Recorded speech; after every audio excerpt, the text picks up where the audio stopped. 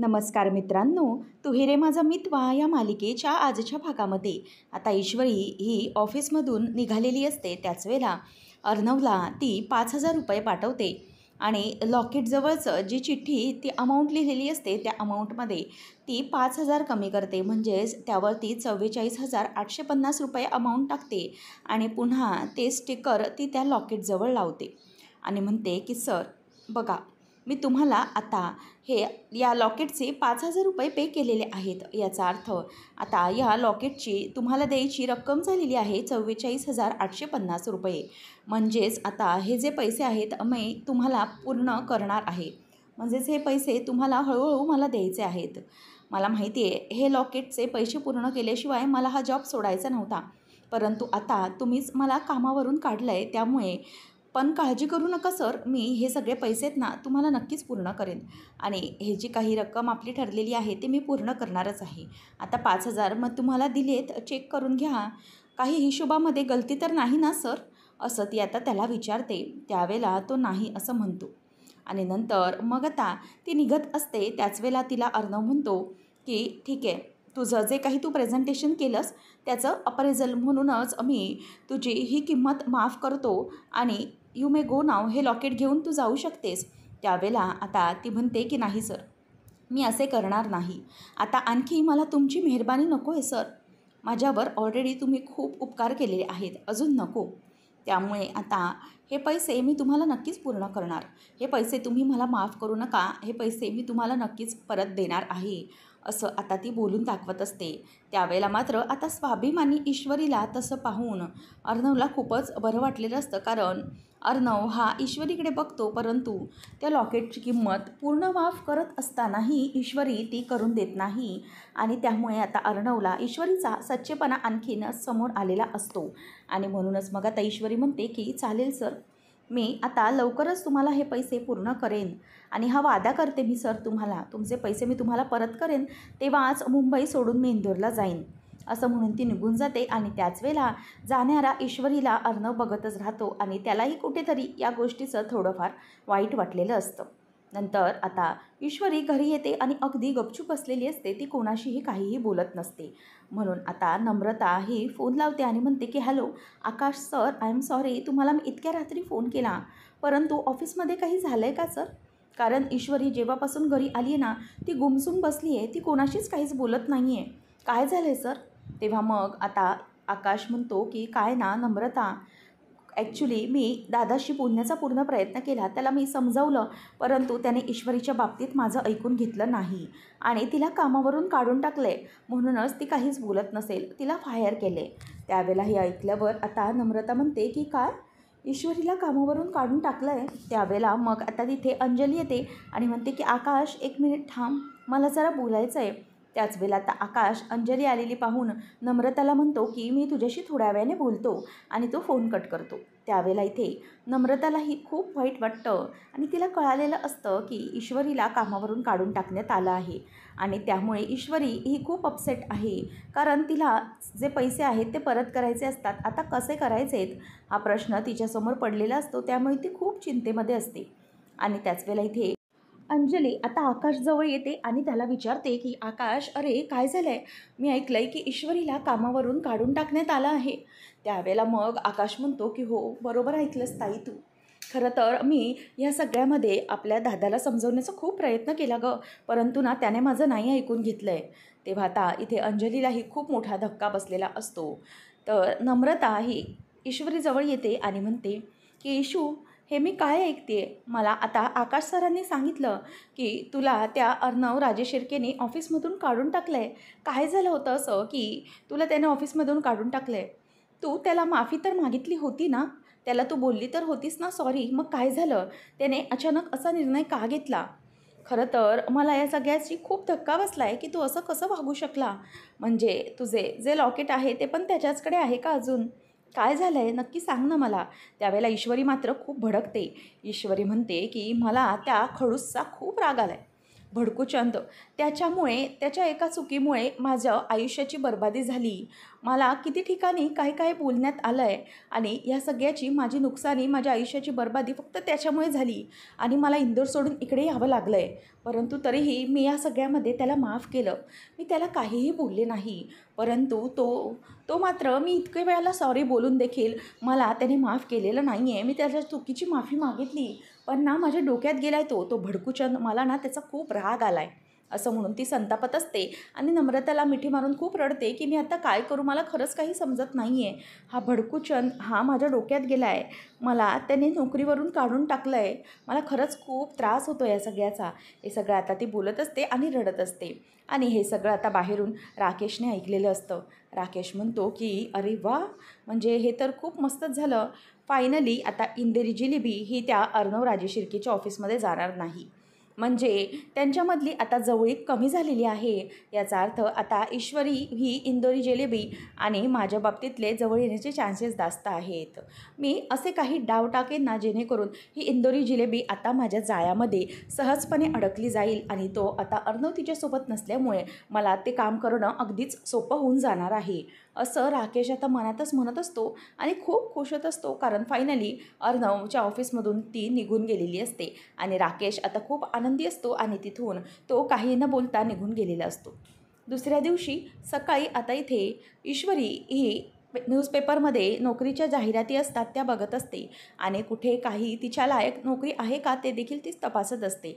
एकीकडे बघते तर प्रोफेसर म्हणते नाही आणि नंतर म्हणते की रिसेप्शनिस्ट, अच्छा ही नोकरी मला चालली असती परंतु रिसेप्शनिस्ट म्हणजे इंग्लिश अगदी व्यवस्थित यायला हवं, ते मला जमत नाही ना, काय करू मी, असं म्हणून ती आता वैतागत असते. त्याच वेळेला इथे आता तिला फोन येतो आणि ती म्हणते की अंजलीताईंचा फोन आला आहे मला. आणि मग ती म्हणते की काय गं ईश्वरी, कुठे आहेस तू? तेव्हा ती म्हणते की घरीच आहे मी.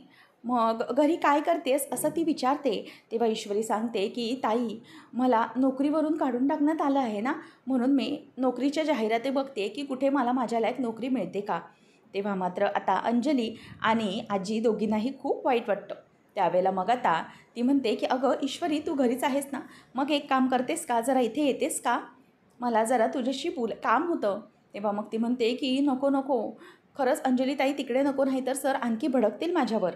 तेव्हा मग आजी फोन घेते आणि म्हणते की ईश्वरी अगं मी बोलते आजी, हे बघ असं समज की माझंच तुझ्याकडे काहीतरी काम आहे आणि तुझी नोकरी गेली आहे असं म्हणतेस ना गं तू. मग असं समज की मी तुला काम देणार आहे काहीतरी. खरं तर ना आज होळी आहे आणि मला इंदोरी स्टाईलच्या म्हणजेच तुझ्या हातच्या पुरणपोळ्या खाण्याची चव आहे, त्यामुळे तू आता इथे पुरणपोळ्या करण्यासाठी ये. तेव्हा ती म्हणते की काय पुरणपोळ्या? तेव्हा अंजली म्हणते की हो, तुला काम नाही असं म्हणतेस ना, काम शोधतेस ना, मग असं समज की हे तुझ्यासाठी एक प्रकारचं कामच आहे, त्यामुळे तुला इथे आता यावंच लागेल. तेव्हा मग आता ईश्वरीला आजी किंवा ताईचं मन मोडवत नाही, म्हणून ईश्वरी म्हणते की बरं ठीक आहे, मी थोड्याच वेळात येते. त्यानंतर आता इथे आजी आणि अंजली एकमेकींना टाळ्या देतात आणि म्हणतात की अरे वा, पहिला पडाव पार, असं म्हणून दोघी खुश होतात कारण त्यांना काही करून अंजलीला आणि आजीला ईश्वरीला पुन्हा एकदा ऑफिसवर ठेवून घ्यायचंच असतं. नंतर मग इथे ईश्वरी विचार करत असते की काय करू मी, मला कामाची गरज आहे आणि त्यांचं मनही मुडवणार नाही, मला गेलं पाहिजे, असा विचार ती करत असते. आणि त्यानंतर इथे आता अर्णव हा ऑफिसमध्ये असतो आणि त्याचं काम सुरू असतं. त्याच वेळेला लावण्या मनातल्या मनात विचार करते की फायनली या ऑफिसमधून ती मिडल क्लास ईश्वरी ही कायमची निघून गेली, माझ्या मनासारखं झालं आणि आता माझ्या अर्णवपासून मला कोणीही लांब करू शकणार नाही, आम्ही दोघंही एकमेकांच्या जवळ येण्यापासून कोणीही आता रोखू शकणार नाही, असं म्हणून ती आता मनातल्या मनात खूप खुश होत असते. तेव्हा आकाश म्हणतो की दादा, आपण मॉलमध्ये जे काही हे डिझाईन्स आपण डिस्प्ले करणार आहोत ना, त्याचे हे फोटोज आहेत, just have a look at it, असं म्हणून तो त्याच्याकडे ती फाईल देतो. आणि नंतर मग आता इथे लावण्या मनोमन खूप खुश असते आणि ईश्वरी तिथे नसते याचा तिला खूप आनंद झालेला असतो. आता अर्णव ती फाईल बघतो आणि म्हणतो की नो वे, हे सगळं चालणार नाही. तेव्हा मग आता तो म्हणतो की दादा काय झालं, हे बरोबर नाही आहे का? तेव्हा मग आता लावण्यालाही धक्का बसलेला असतो कारण तिने हे सगळे डिझाईन्स बनवलेले असतात. तेव्हा मग आता तो म्हणतो की हे बघ, हे सगळे अगदी नॉर्मल डिझाईन्स आहेत, याच्यामध्ये क्लासी आणि वेगळं असं काहीच नाही आहे, आपल्याला समथिंग न्यू, काहीतरी डिफरंट पाहिजे. लक्षात घे, कसं आहे ना, मिस ईश्वरीने कसं त्या दिवशी प्रेझेंटेशन दिलं होतं काहीतरी हटके, तसं याच्यामध्ये काहीतरी मला सापडत नाही आहे. त्यामुळे हे डिझाईन्स पुन्हा रिव्ह्यू करा आणि पुन्हा बनवायचेत. लावण्य त्याच्याकडे बघतच राहते. लावण्य म्हणते की "ए यार, व्हॉट आर यू सेइंग? म्हणजे हे डिझाईन्स बरोबर नाहीत असं वाटतंय का तुला? का नाही आहेत? काय प्रॉब्लेम आहे?" तेव्हा मग तो म्हणतो की "काय ना लावण्य, आपण हे मॉल्समध्ये लावणार आहोत राईट? मग ते मॉल्समध्ये डिस्प्ले केल्यावर सगळे तिकडे बाकीचेही काही ॲडव्हर्टायझिंग असेल. मग आपल्याला हे सगळे जे काही आहेत फोटोज, ते आपल्या फोटोजकडे कोणी नाही बघणार. ते असेच डिस्प्ले राहणार असं मला वाटतं पर्सनली." त्यामुळे तो म्हणतो की "ठीक आहे, एक काम करतो, तुम्ही त्या मिस इंदोरला बोलवा, ईश्वरी देसाईला कॉल करा आणि मग तिला इथे बोलावून घ्या." आणि नंतर तो फोन देखील लावतो आणि म्हणतो की "ईश्वरी देसाई यांना इथे केबिनमध्ये माझ्या पाठवून द्या लवकर." आणि नंतर तिथून कोणीतरी काहीतरी बोलतं तेव्हा त्याच्या लक्षात येतं की ईश्वरीला कामावरून काढून टाकलेलं आहे आणि मी तिला बोलवलं आहे. तेव्हा आकाश म्हणतो की "दादा, सिरियसली म्हणजे तू ईश्वरी देसाईला ऑफिसमध्ये मिस करतोस राईट? ती नाही आहे तर तुला करमत नाही आहे." त्यावेळेला आता इथे तो म्हणतो की "हे घे आकाश, ही फाईल्स घे आणि तू जा, तुझ्या कामाला लाग." आणि नंतर मग लावण्या ही त्याच्याकडे बघत राहते आणि म्हणते की "इट्स ओके SR, डोंट वरी." "अरे काय आहे, ती ऑफिसमध्ये नाही तर आपल्याला सवय असते ना, म्हणून तू पटकन बोलून गेलास, डोंट वरी." त्यावेळेला आता तो म्हणतो की "हे बघ लावण्या, हे जर सगळे डिझाईन्स आहेत ना, जरा तू रिव्ह्यू कर आणि बघ याच्यामध्ये काही वेगळं आणता येते का?"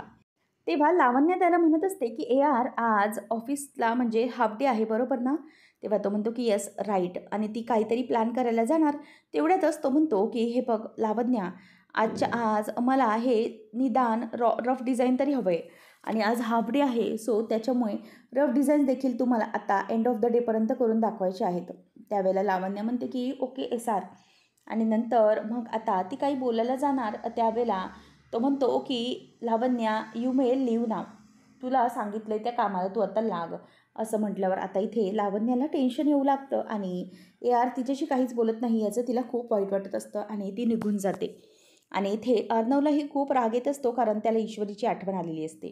आता सगळेजण गप्पा मारत बसलेले असतात. छान होळीचा दिवस असतो आणि त्यानंतर मग आता वल्लरी मामी येते आणि म्हणते की हे काय चाललं आहे? म्हणजे आपल्या घरातल्या सगळ्या ज्या काही रीतीबाती आहे त्या आपण पाळणार नाही आहोत का? तेव्हा मग आता आजी म्हणत असते की "झालं म्हणजे ना, आता तुला माहिती आहे अंजली काय वाटतंय? खरंच दिवस चालू झाल्यासारखा वाटतोय. कारण ना, जोपर्यंत आपण या वल्लरीची किटकिट ऐकत नाही ना, तोपर्यंत दिवस सुरू झाला असंच आपल्याला वाटत नाही, बरोबर ना? वल्लरी ही जे काही बडबडते त्याच्यावरून खरंच असं वाटतं की आपला दिवस हा सुरू झाला." तेव्हा मग ती म्हणते की "तुम्हाला माझी किटकिट वाटते, परंतु सणासुदीच्या दिवशी घरामध्ये पुरणावरणाचा स्वयंपाक व्हावा असं काही वाटत नाही का तुम्हाला? आणि म्हणूनच मी तुम्हाला बोलून दाखवते घरची सून म्हणून ना." तेव्हा मग ती म्हणते की "अच्छा, चालेल ना, पुरणावरणाचा स्वयंपाक का नाही चालणार? म्हणजे घरातल्या सुनेने जर हे सगळं केलं तर आम्ही आनंदाने ते खाऊ की नाही?" त्यावेळेला ती म्हणते की पुरणपोळी, अहो आई, अगोदर मग सांगायचं होतं ना मला." तेव्हा मग ती म्हणते की "अगं, ही काय सांगण्याची गोष्ट आहे का? घरची सून आहेस ना तू आणि होळी आहे तर पुरणपोळी करायला तर हवी होतीस." त्यावेळेला मग आता ती म्हणते की "काय मी पुरणपोळी करणार? त्याच्यापेक्षा मी एक काम करते, मी ऑर्डरच करते ना." तेव्हा मग अंजली आणि आजी तिला थांबवतात की "थांब, काही ऑर्डर करू नको." आजी म्हणते की "पुरणपोळी बनवण्यासाठी स्वतः स्वयंपाकी आपल्या घरात आपण बोलवलेला आहे." तेव्हा मग आता "स्वयंपाकी की स्वयंपाकीन?" असं आता मामा विचारतो. त्याच वेळेला ती म्हणते की "स्वयंपाकीनच येणार आहे बरं का." आणि ते हसत असतात. तेव्हा इथे आता वल्लरी विचार करते की नेमकं काय घडलं असेल आणि हे काय हसतायत. तेवढ्यातच समोरून ईश्वरी येते. ईश्वरी आल्याबरोबर "हे ती बघ ईश्वरी आली, ये ये ईश्वरी" असं म्हणून सगळेजण तिचं आता घरात स्वागत करतात. आणि वल्लरीचं मात्र पुन्हा एकदा चेहरा पडतो आणि राग येतो. आणि नंतर आता इथे आजी म्हणते की "ये ईश्वरी, बस. अगं, मीच तुला बोलावलं होतं." त्यावेळेला मग आता ईश्वरीला अंजली म्हणते की "बरं झालं आलीस." तेव्हा ईश्वरी म्हणते की "सॉरी, थोडा वेळ झाला. ते काय झालं ना, बसने आले ना म्हणून थोडा उशीर झाला." तेव्हा मग आता आजी म्हणते की "ठीक आहे गं, चालेल. ते काय प्रवासामध्ये थोडं इकडे तिकडे होतंच ना." नंतर ती म्हणते की "ॲक्च्युली आजी, मला इथे यायचं नव्हतं कारण अर्णव सरांनी मला काढून टाकलं आणि जर मला इथे पाहिलं तर पुन्हा." तेव्हा मग तात्या तिला काहीतरी समजवायला जाणार. तेवढ्यात तिथे अर्णव आलेला असतो. आता अर्णव हा ईश्वरीला समोर बघतो आणि त्याला पुन्हा तिला पाहिल्यानंतर आता राग येतो. नंतर मग आता ईश्वरीला बघून तो म्हणतो की काय, ही मिस इंदोर इथे कशाला आली आहे, आणि तो आता चिडलेला असतो. त्यानंतर मग आता अंजलीला तो तिथून बाजूला करतो आणि म्हणतो की मिस इंदोर, तुला इथे येण्याची काय गरज होती माझ्या घरी? तुला ऑफिसवरून काढून टाकलं म्हणून तू माझ्या घरी आली आहेस का? आणि तू असं येऊन माझ्या आजीचं आणि ताईच्या मनात जागा निर्माण करण्याचा प्रयत्न करून तुला काय वाटतंय की मी तुला पुन्हा ऑफिसमध्ये ठेवून घेईन? तर असं अजिबात करणार नाही, आम्ही लक्षात ठेव. तेव्हा मग आता लगेच आजी म्हणते की ओ चिंटू सर, ते सगळं ऑफिसमध्ये, हे घर आहे, घर माझं, आणि ते आता माझ्यानुसार चालतं, बरोबर की नाही? म्हणूनच मी तिला इथे बोलवली आहे. तेव्हा मग तो म्हणतो की कशासाठी बोलवली आहेस आजी तू हिला इथे? नंतर मग आता ती म्हणते की काय ना, आज होळी आहे, होळी, म्हणूनच मला इंदोरी स्टाईलच्या पुरणपोळ्या खायच्या आहेत, म्हणूनच मी ईश्वरीला इकडे बोलवले. तेव्हा आता मात्र त्याला धक्काच बसतो. तेव्हा मग तो म्हणतो की पुरणपोळ्या, अरे मग आपण बेस्ट शेफ बोलवला असता, हिला बोलवण्याची काय गरज होती? तेव्हा तर ती म्हणते की हे बघ काय ना चिंटू शेठ, तुमच्या त्या शेफच्या पुरणपोळ्या कोणाला हव्या आहेत? अरे इंदोरी हातची चव थोडीच त्या शेफच्या हाताला येणार आहे. म्हणूनच मग मी पुरणपोळीसाठी स्वतः मला हिला बोलवायचं होतं, कारण मला तिच्या हातच्या पुरणपोळ्या खायच्या, आणि आम्ही इंदोरचे आहोत नाही का, मग तशाच पुरणपोळ्या आम्हाला खूप आवडतात. तेव्हा आता लगेच अर्णव म्हणतो की आजी अगं तू काय बोलतेस, मी पण तर इंदोरचाच आहे ना. तेव्हा मग आता तो म्हणतो, ती म्हणते की हो अरे बरोबर, तू पण तर इंदोरचाच आहेस, हो मी विसरलेच होते. त्यावेळेला मग आता तो म्हणतो की पुरणपोळी बनवणं एवढं काय अवघड आहे, ते पुरण घालायचं आणि मग पोळी बनवायची. तेव्हा मग ईश्वरी म्हणते की सर, ते पूर्ण नसतं, एकतर ते पुरण असतं आणि त्याच्यासाठी भरपूर मेहनत लागते, आणि सर पुरणपोळी बनवण्यासाठी ना स्किल्स पण लागतात. त्यावेळेला तो म्हणतो की कसले स्किल्स आणि काय, मी ऑफिस चालवतो तेवढे तर स्किल्स चालत नसतातच त्याच्यामध्ये, हे खूप सोपं काम असणार आहे पुरणपोळी बनवणं म्हणजे. तेव्हा मग आता ईश्वरी म्हणते की नाही सर, तुम्हाला वाटतंय ना तेवढं हे सोपं काम नाही आहे, सगळ्या गोष्टी अगदी व्यवस्थित झाल्या पाहिजे, पीठ व्यवस्थित झालं पाहिजे, त्याची जी डाळ आहे शिजते, ते पुरणही अगदी व्यवस्थित झालं पाहिजे, तरच पुरणपोळी व्यवस्थित होते. त्यावेळेला मग आता इथे लगेच अंजली म्हणते की ईश्वरी, तुला काय वाटतं की माझ्या भावाला काहीच येत नाही का? अगं माझा भाऊ पण अगदी हुशार आहे, तो ठरवेल ना तर तो अगदी व्यवस्थित अशा पुरणपोळ्या बनवेल. मला तरी वाटतं की माझ्या भावाला हे सगळं ना अगदी व्यवस्थितपणे जमेल. असं म्हणून ती आता त्यांच्यामध्ये कॉम्पिटिशन लावण्याचा प्रयत्न करत असते. त्यावेळेला आता लगेच इथे मामा म्हणतो की हो, मग मी काय म्हणतोय की जर असं असेलच ना, तर मग होऊन जाऊन देत ना पुरणपोळीची स्पर्धा, होळी रे होळी, आणि कोण बनवणार बेस्ट पुरणपोळी, असं म्हणून आता इथे आजीही म्हणत असते की हो चालेल की, तुम्ही बरोबर बोलताय सगळेजणं. मी काय म्हणते ईश्वरी, काय ना, माझी जी ईश्वरी आहे ना तीच अगदी बेस्ट पुरणपोळी बनवणार. अंजली म्हणते की चल आजी, तू काहीच बोलू नकोस, माझा भाऊ आहे ना त्याच्यावर माझा पूर्ण विश्वास आहे, माझा भाऊ बेस्ट पुरणपोळी बनवणार आहे. तुला माहिती नाही आहे तो किती हुशार आहे ते, अगं एवढी मोठी कंपनी चालवतोय. तेव्हा मग आता आजी म्हणते की ठीक आहे, मग बघूया ना, मला तरी वाटतं की माझ्या इंदोरी म्हणजे ईश्वरीच्या हातची चव ही कोणाच्याही हाताला येणार नाही, म्हणून तू बघतच बस आता, काही झालं ना तरीही माझी इंदोरीची जी ही ईश्वरी आहे ना ती जिंकणार आणि माझा इंदोर जिंकणार आहे. आणि अशा प्रकारे ते मुद्दामच सगळी स्पर्धा लावून देण्याचा प्रयत्न करत असतात. आणि त्या मामा म्हणतो की वाह, आता होऊनच जाऊ दे स्पर्धा, मी तर म्हणतो की डाळ तर अगदी व्यवस्थित शिजली आहे. तेव्हा मग सगळे त्याच्याकडे बघायला लागतात आणि नंतर तो म्हणतो की अरे, पुरणाची डाळ, पुरण करण्यासाठी डाळ केली जाते ना, ती अगदी व्यवस्थित शिजली आहे असं मी म्हणत होतो. असं म्हणून आता सगळेजण बघत असतात आणि हसतात, परंतु लावण्याला मात्र त्याचा खूप राग येत असतो. लावण्य म्हणते की यांचं, आजीचं आणि नातीचं काय चाललं आहे हे मला समजत नाही आहे का, यांचं काय चाललं आहे ते, हे मुद्दाम हे सगळं करतायत, पण मी यांना अगदी व्यवस्थित ओळखू नये. त्यावेळेला आता इथे आजी म्हणते की कळलं, आता आपली स्पर्धा रंगली, ती म्हणजे जर ईश्वरीच्या पुरणपोळ्या बेस्ट झाल्या तर अर्णवने तिला ऑफिसमध्ये पुन्हा ठेवून घ्यायचं. तेव्हा मग आता आजीला अंजली म्हणत असते की हे बघ आजी, काही झालं तरी माझा भाऊ हा अगदी बेस्ट पुरणपोळ्या बनवणार, लागली स्पर्धा, असं म्हणून आता सगळेजण तिकडे त्यांच्याकडे जात असतात. त्यानंतर इथे आता नम्रताला आत्या ही होळीच्या पूजेची सगळी सामग्री लिहून देत असते आणि म्हणते की सगळं घेऊन ये. मग आता त्यावरच तिथे राकेश येतो आणि म्हणतो की एक मिनिट, काही लिहू नका, हे बघा हे सामान आहे ना, ते पिशवीतलं एकदा चेक करून घ्या. काय ना, बाहेर एक म्हातारी आजी बसली होती आणि ती हे सगळं सामान विकत होती हो, म्हणून मला खूप वाईट वाटलं आणि मग मी तिच्याकडून हे सामान खरेदी केलं. मला वाटलं की तुम्हाला गरजेचं आहे म्हणून आणलं देखील. काय आहे, होळीचं सामान आहे ना, मला वाटलं तुम्हाला गरज लागेल म्हणून आणलं आहे मी. तेव्हा आता इथे लगेचच ती म्हणते की हो, सगळी सामग्री हवी आहे, अशीच हवी होती मला, त्याचीच आता आम्ही लिस्ट काढत होतो. बरं झालं राकेशजी तुम्ही आणलंत. आत्या राकेशला पैसे देणार तेवढ्यात तो म्हणतो की आत्या अहो काय करताय, मी तुमच्याकडून पैसे घेणार आहे का? आणि जर तुम्हाला मला काही द्यायचंच असेल ना, तर ईश्वरीजींच्या हातच्या खमंग पुरणपोळ्या मला खायला द्या. तेव्हा मग आत्या म्हणते की ती आहे कुठे घरी पण? राकेश विचारतो कुठे गेल्यात त्या? मग नम्रता सांगते की ती ना अर्णवराजे शिर्केंच्या घरी पुरणपोळी बनवण्यासाठी गेली आहे. काय ना तिला तिथे ते काम आलं आहे पुरणपोळ्या बनवण्याचं, म्हणून ती तिकडे गेली आहे असं आता ते सांगतात. त्याच वेळेला आता इथे राकेशला मात्र टेन्शन आलेलं असतं की पुन्हा एकदा ईश्वरी ही त्या अर्णवच्या घरी गेली आणि पुन्हा त्यांच्यातली जवळीक वाढली तर काय होणार. तर आता राकेश विचार करतो की ही सगळी आयडिया त्या माझ्या बायकोची आणि तिच्या आजीची असणार आहे. काही करून आता त्या दोघींच्या मनातून माझ्या या ईश्वरीला उतरावंच लागणार. काय करू असा विचार तो करत असतो. तर आता पुढच्या भागामध्ये आपल्याला पाहायला मिळणार आहे की आता इथे डाळ शिजलेली असते आणि कुकरची शिट्टी देखील होत असते. त्यामुळे ईश्वरी ही आता कुकरची शिट्टी दाबते आणि तिथेच डाळ शिजायची थांबवते. त्यावेळेला मग आता मामा म्हणतो की चला आता स्पर्धकांनो तयारीला लागा. आता डाळ तर चांगली शिजलेलीच आहे. होळी रे होळी कोण बनवणार बेस्ट पुरणपोळी असं मामा आता बोलतो. त्याच वेळेला सगळेजणं आता हसत असतात. अर्णव म्हणतो की त्यात काय एवढं सिंपल आहे, पुरण भरलं पोळी लाटली की पुरणपोळी तयार झाली. त्यावेळेला मग ईश्वरी म्हणते की काय ना सर, पुरणपोळी इतकी सोपी नसते, कारण कोणावर रागवण्या इतकं सोपं काही नाही आहे त्याच्यामध्ये, त्याला ना स्किल्स लागतात.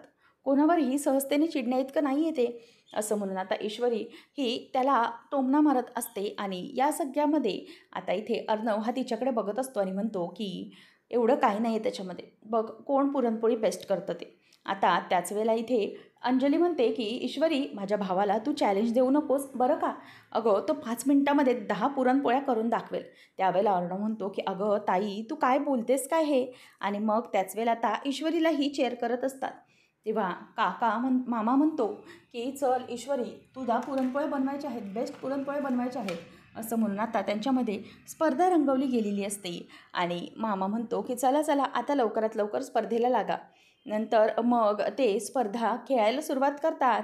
त्याच वेळेला जेव्हा पीठ मळलेलं असतं तेव्हा अर्णवने मैद्याचं पीठ मळलेलं असतं आणि त्या मैद्याच्या पिठामध्ये त्याची बोटं अगदी चिकटली जात असतात आणि त्याला ते जी वाटी बनवतात गोलाकार ती बनवता देखील येत नसते. आणि ते ईश्वरी मात्र पटापट वाटी बनवते आणि त्याच्यामध्ये वाटी भरून गोल छान वाटी करून त्यामध्ये ती पुरण देखील भरते आणि छान ते पुरणासाठीचे पुरणपोळ्यांचे ते उंडे ती तयार करून घेते. आणि त्याच वेळेला मग आता या सगळ्यामध्ये अर्णव बघतच राहिलेला असतो आणि ईश्वरी मात्र पटापट आता पुरणपोळी इथे लाटत असते आणि तव्यावरती आता गरम देखील करत असते. आणि त्यामुळे सगळेजण बघत राहतात की अर्णवला पुरणपोळी लाटता येतच नसते आणि ईश्वरी मात्र पटापट पुरणपोळ्या लाटत असते. आता ईश्वरी ही स्पर्धा जिंकल्यानंतर आजी तिला पुन्हा कामावर घे असं अर्णवला सांगत असते. आणि त्याच वेळेला आता नेमकं काय घडणार हे पाहणं अगदी रंजकतेचं ठरणार आहे. अशाच मालिकांचे अपडेट जाणून घेण्यासाठी आजच आपल्या चॅनलला सबस्क्राईब नक्कीच करा. धन्यवाद.